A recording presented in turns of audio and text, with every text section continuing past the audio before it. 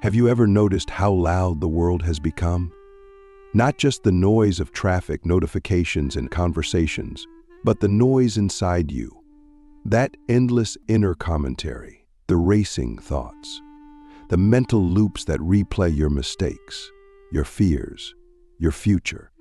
We live in a world that rewards speed, stimulation, and productivity. But what if, just what if, the most powerful thing you could do is be still? Not just physically still, but mentally, emotionally, spiritually still. What if the key to peace wasn't in doing more, but in being less? That's what we're exploring today. And the answer comes from a place you might not expect, not from a productivity guru or a motivational speaker, but from ancient Japanese philosophy.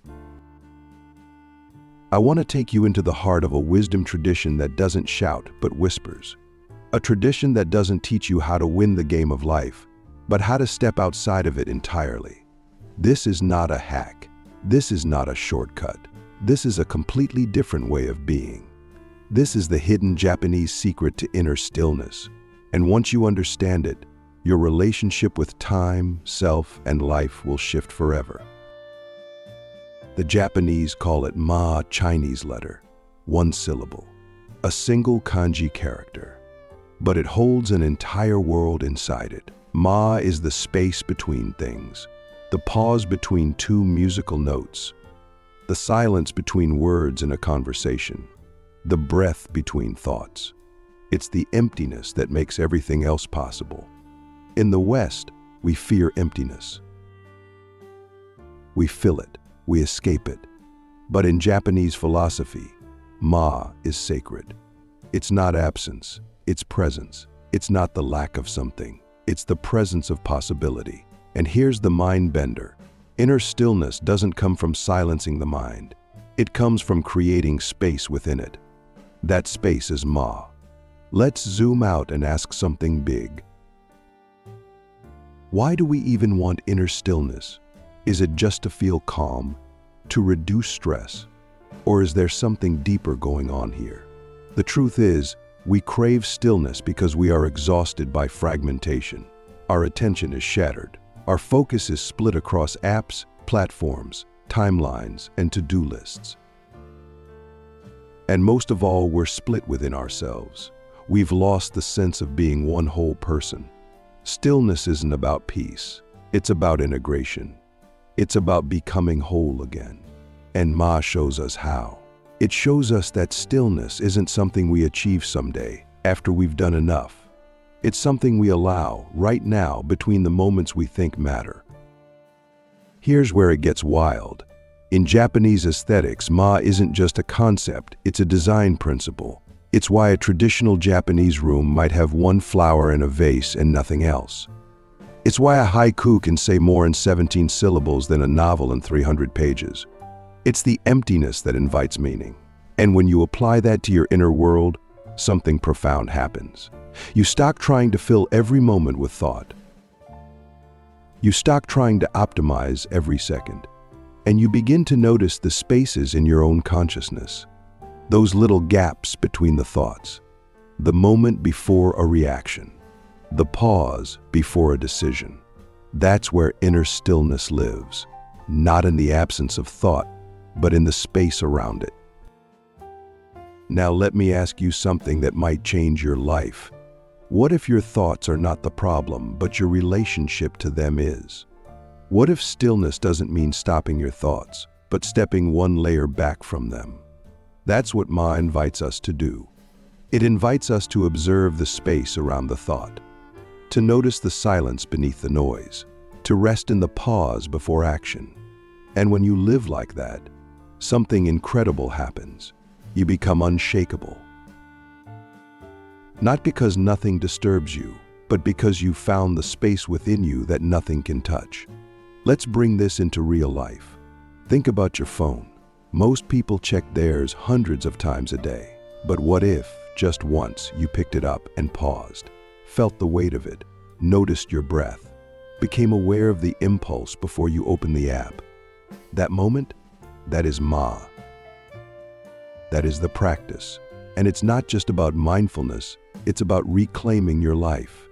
Because the more you practice noticing those spaces, the more you realize you are not the thoughts. You are the space they arise in. You are not the reaction.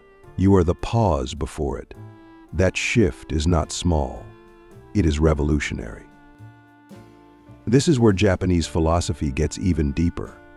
In Zen, there's a concept called mushin, Chinese letter, no mind or empty mind. But again, it doesn't mean blankness. It means a mind that's uncluttered.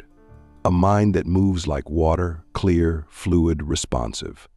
And the way to reach mushin is through through the practice of returning to the gaps, the spaces, the stillness. And here's the kicker. The more you live from that space, the more creative, present, and powerful you become. Not because you're doing more, but because you're being more. Let's pause now right here and ask something terrifyingly important. What are you so afraid will happen if you stop? If you stop thinking, if you stop pushing, if you stop trying to fill the silence? What emotion are you afraid will rise to the surface? What truth are you scared to hear in the quiet? That's why we run. That's why we stay busy. Because stillness is not just peace, it's truth. And truth is disruptive, but it's also liberating. And that's the hidden gift of Japanese stillness practices. They don't numb you, they reveal you. So what can you do right now, today, to begin? Start with space. Clear something. 1 minute, one corner of a room, one line of a journal, one breath. Don't try to meditate like a monk. Just pause. Just stop injecting noise into every moment. Let the silence speak. Let the breath guide. Let the space be. Over time, you'll notice something strange and beautiful. The stillness you were chasing was already inside you. It was just hidden beneath the noise you thought you needed. This is the paradox. Stillness is not something you own. It's something you return to. And the more you return, the more you remember who you are beneath the roles, beneath the goals, beneath the chaos. You are not just a thinker. You are not just a doer. You are the awareness that holds it all. And in that awareness there is peace, not because the world is quiet, but because you are. Let's continue our journey, not forward, but deeper. Because the Japanese secret to inner stillness doesn't just rest on the surface of beautiful spaces or quiet moments. It goes much further into what the Japanese call mu, Chinese letter, which literally means nothingness. But this nothing isn't empty in the way we usually think. It's not a void to be feared or a blankness to be filled. Mu is the fertile emptiness. The kind of nothing that contains everything. It's the empty bowl that holds the soup. It's the silence that gives music its rhythm. And inside you, it's the space where meaning is born. In a culture that fears emptiness, we've lost the ability to see how mu is not the enemy of meaning, it's the mother of it. We chase fullness, full inboxes, full schedules, full lives, because we believe that the more we have, the more we are. But that belief is a trap, because the more we fill, the less space we leave for what actually matters. The Japanese aesthetic principle of wabi-sabi embraces imperfection, impermanence, and incompleteness. And these are not flaws, they are features. They remind us that meaning is not found in perfection, but in presence. That beauty is not in the object, but in the space around it. So what if your life doesn't need more? What if it needs less in order to become more? Think about this. A room without space is a storage unit. A life without space is a prison. The Japanese tea ceremony, for example, is not just about drinking tea. It's a ritual of intentional emptiness. Every movement is deliberate. Every object is placed with care. The silence is not awkward, it's sacred. And in that sacred nothingness, people connect more deeply with the tea, with each other, with themselves. So ask yourself, where in your life are you mistaking clutter for richness? What if the very things you're clinging to, ideas, people, experiences, are the things keeping you from stillness? Let's go even further. The concept of Zanshin Chinese letter, often translated as remaining mind, is used in martial arts. It refers to the state of relaxed alertness after the action is complete. It's the quiet mind that remains aware, even in stillness. Imagine that.